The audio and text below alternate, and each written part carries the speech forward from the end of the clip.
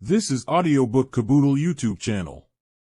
Click on the subscribe button and listen unlimited audiobooks anytime, anywhere. Chapter 11. The 9 Situations. Sun Tzu said, "The art of war recognizes 9 varieties of ground: dispersive ground, facile ground, contentious ground, open ground, ground of intersecting highways, serious ground, difficult ground, hemmed-in ground, desperate ground."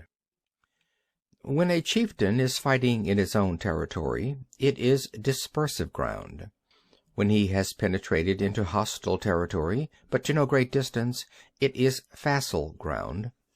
Ground the possession of which imports great advantage to either side is contentious ground. Ground on which each side has liberty of movement is open ground. Ground which forms the key to 3 contiguous states, so that he who occupies it first has most of the empire at his command, is a ground of intersecting highways. When an army has penetrated into the heart of a hostile country, leaving a number of fortified cities in its rear, it is serious ground. Mountain forests, rugged steeps, marshes, and fens, all country that is hard to traverse, this is difficult ground.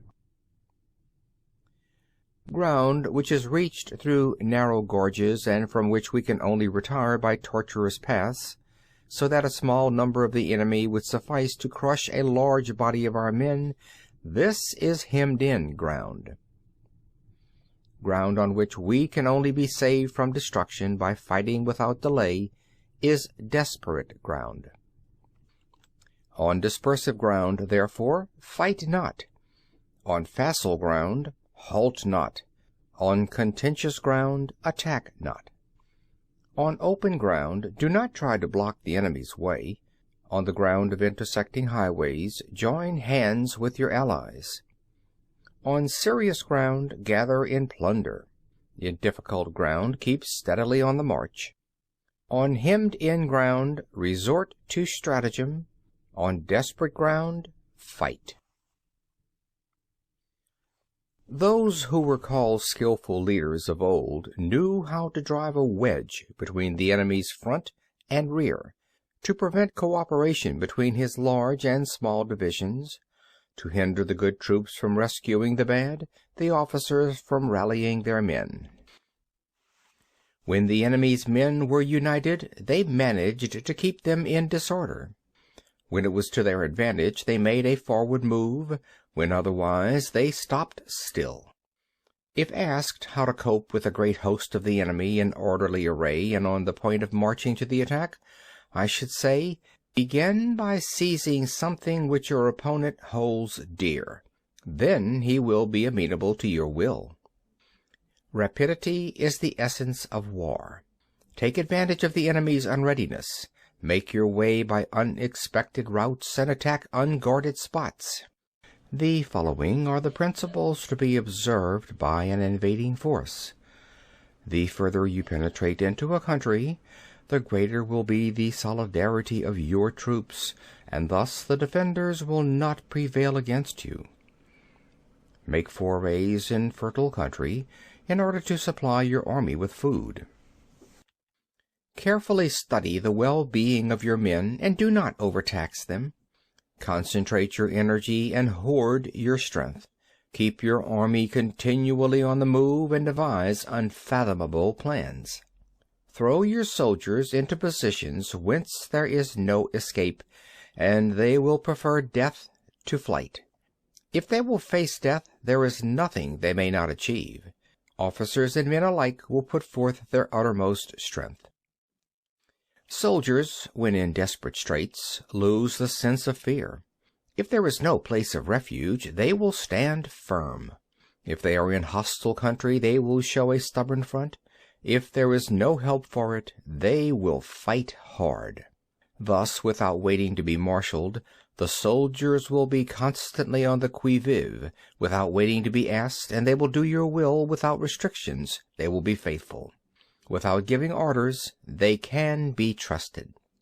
Prohibit the taking of omens, and do away with superstitious doubts. Then, until death itself comes, no calamity need be feared. If our soldiers are not overburdened with money, it is not because they have a distaste for riches. If their lives are not unduly long, it is not because they are disinclined to longevity. On the day they are ordered out to battle, your soldiers may weep, those sitting up bedewing their garments, and those lying down letting the tears run down their cheeks. But let them once be brought to bay, and they will display the courage of a Chu or Kuei. The skillful tactician may be likened to a shuijan. Now the shuijan is a snake that is found in the Chuang Mountains. Strike at its head, and you will be attacked by its tail. Strike at its tail, and you will be attacked by its head. Strike at its middle, and you will be attacked by head and tail both. Asked if an army can be made to imitate the shuijan, I should answer yes, for the men of Wu and the men of Hui are enemies. Yet, if they are crossing a river in the same boat and are caught by a storm, they will come to each other's assistance, just as the left hand helps the right. Hence, it is not enough to put one's trust in the tethering of horses and the burying of chariot wheels in the ground. The principle on which to manage an army is to set up one standard of courage which all must reach.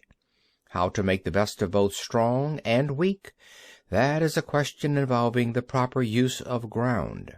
Thus the skillful general conducts his army just as though he were leading a single man, willy-nilly, by the hand. It is the business of a general to be quiet and thus ensure secrecy, upright and just, and thus maintain order. He must be able to mystify his officers and men by false reports and appearances, and thus keep them in total ignorance. By altering his arrangements and changing his plans, he keeps the enemy without definite knowledge. By shifting his camp and taking circuitous routes, he prevents the enemy from anticipating his purpose. At the critical moment, the leader of an army acts like one who has climbed up a height and then kicks away the ladder behind him. He carries his men deep into hostile territory before he shows his hand. He burns his boats and breaks his cooking pots. Like a shepherd driving a flock of sheep, he drives his men this way and that, and nothing knows whither he is going. To muster his host and bring it into danger, this may be termed the business of the general. The different measures suited to the 9 varieties of ground, the expediency of aggressive or defensive tactics, and the fundamental laws of human nature, these are things that must most certainly be studied. When invading hostile territory, the general principle is that penetrating deeply brings cohesion, penetrating but a short way means dispersion. When you leave your own country behind and take your army across neighborhood territory, you find yourself on critical ground. When there are means of communication on all 4 sides, the ground is one of intersecting highways. When you penetrate deeply into a country, it is serious ground. When you penetrate but a little way, it is facile ground.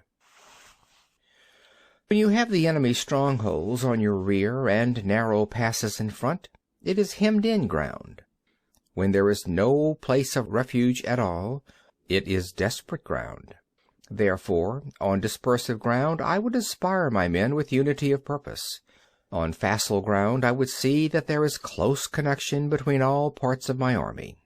On contentious ground I would hurry up my rear. On open ground I would keep a vigilant eye on my defenses. On ground of intersecting highways I would consolidate my alliances. On serious ground I would try to ensure a continuous stream of supplies. On difficult ground I would keep pushing on along the road. On hemmed-in ground I would block any way of retreat. On desperate ground I would proclaim to my soldiers the hopelessness of saving their lives. For it is the soldier's disposition to offer an obstinate resistance when surrounded, to fight hard when he cannot help himself, and to obey promptly when he has fallen into danger. We cannot enter into alliance with neighboring princes until we are acquainted with their designs. We are not fit to lead an army on the march unless we are familiar with the face of the country, its mountains and forests, its pitfalls and precipices, its marshes and swamps. We shall be unable to turn natural advantages to account unless we make use of local guides. To be ignorant of any one of the following 4 or 5 principles does not befit a warlike prince. When a warlike prince attacks a powerful state, his generalship shows itself in preventing the concentration of the enemy's forces. He overawes his opponents, and their allies are prevented from joining against him.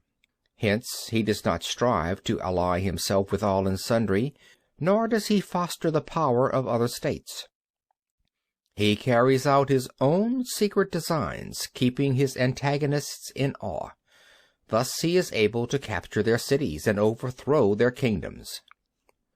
Bestow rewards without regard to rule, issue orders without regard to previous arrangements, and you will be able to handle a whole army as though you had to do with but a single man. Confront your soldiers with the deed itself. Never let them know your design. When the outlook is bright, bring it before their eyes, but tell them nothing when the situation is gloomy. Place your army in deadly peril, and it will survive. Plunge it into desperate straits, and it will come off in safety.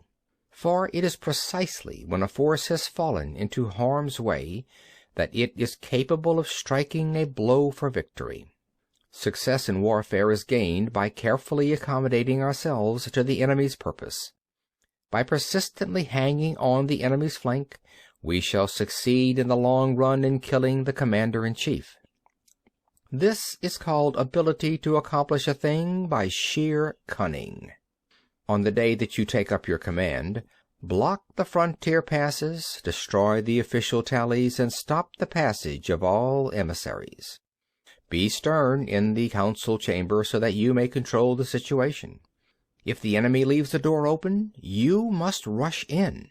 Forestall your opponent by seizing what he holds dear, and subtly contrive to time his arrival on the ground.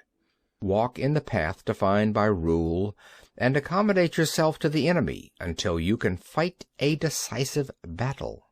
At first, then, exhibit the coyness of a maiden until the enemy gives you an opening. Afterwards emulate the rapidity of a running hare, and it will be too late for the enemy to oppose you. End of chapter 11. This was Audiobook Caboodle YouTube channel presentation. For full audiobook, check out our playlist section. Links in description below.